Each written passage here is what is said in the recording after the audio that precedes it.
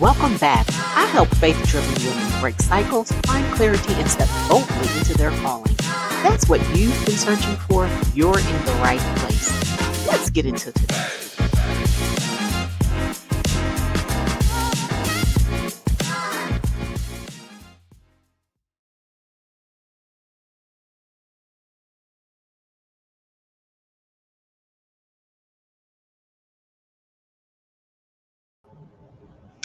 Good day, good day, good day. I want to welcome you back to our time of just me sharing. And this has been such a blessing.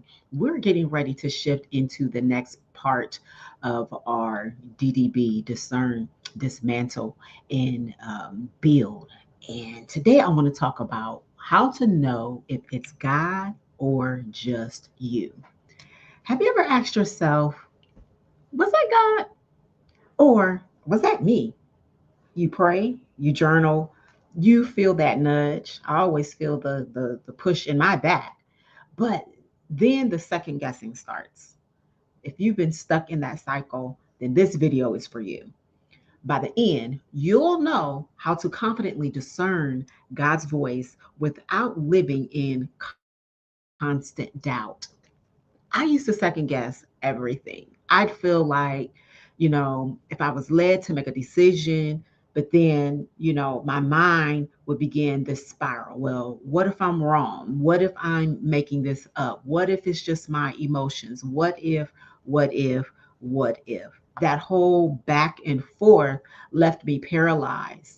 I have 3 points that I want to share with you on today, and I call these life keys, right? So, 3 life keys. And the first one is God's voice always aligns with his word. Now, I know that we know this. We know this, those of us who are believers, those of us, who are disciples and followers of Jesus Christ, we know that his word and the words that we are receiving, the voices that we may be hearing, um, know this: God will never contradict scripture. If the voice in your head tells you to do something that is against his word, then it's not him. Period. Period. Ask yourself, can I find this principle supported in scripture? And if not, then it's not God. It's not God. When you understand how important this is, because it matters when you don't filter by the word. You're actually vulnerable to confusion and deception. So, for example, if you feel that nudge, or like I say, that push in the back, to stay in a toxic situation because leaving would disappoint people, listen. Scripture says that you're called to live in freedom and not bondage. So that's not God. So let's go ahead and settle that one there. The second life key I want to share with you is that God's voice produces peace and not panic. Peace and not panic. Anxiety is the body's warning system. If you're spiraling in fear, in torment, then that's not God's spirit. That's some other spirit. God's voice may challenge you, but it will never, ever, ever torment you. It can stretch you, and it does, but his peace will anchor you. I want you to pay attention to the fruit of the Spirit, because peace is a marker of his voice. Jesus is the Prince of Peace, meaning that he's at the very pinnacle. So let that be the marker of his voice, and lining that up. Does that match? Does it align with his voice? If you've ever been to the place where you're losing sleep, you're drowning in panic, and you're calling it, well, God's leading me, let me tell you something. You've confused fear for faith, because his voice, it brings peace, even when it stretches you. Just because we are being stretched, just because we are being challenged, does not mean that it is not God. How else does he expand and increase our capacity for his things if we don't feel the stretching and we don't feel the pulling? There is a difference. Now, the third life key that I want to share is that God's voice produces lasting fruit. Jesus said that you'll know a tree by its fruit. That's Matthew chapter 7, verse 16. If the decision that you made in faith produces growth, if it produces healing, alignment, and freedom over time, then that is your confirmation. These quick hits of excitement, you're up and down and up and down. You're excited this moment, and the next moment you're down here. That isn't fruit. That's not fruit at all. That's feelings. Those are your feelings. And fruit is proven in consistency and results.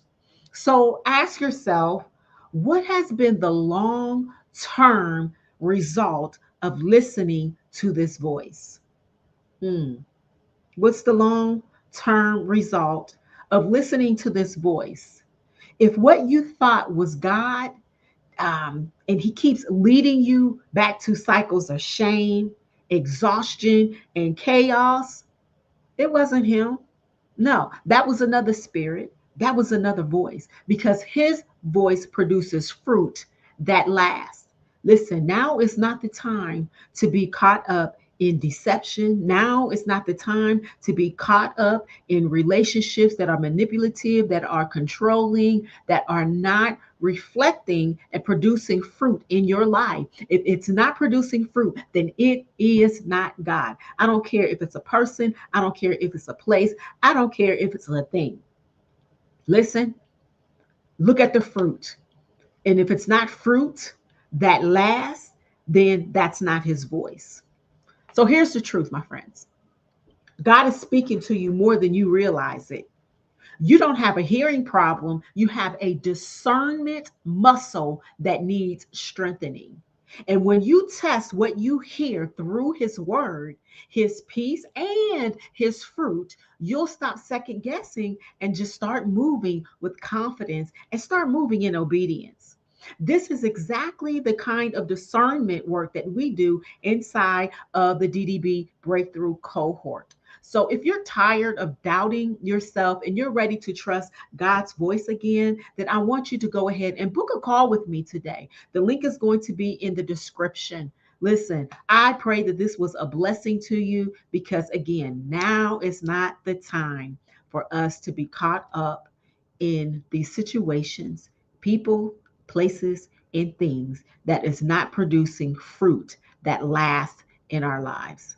All right. So, this is our video for today. I pray that it was a blessing to you. I like to call these life keys.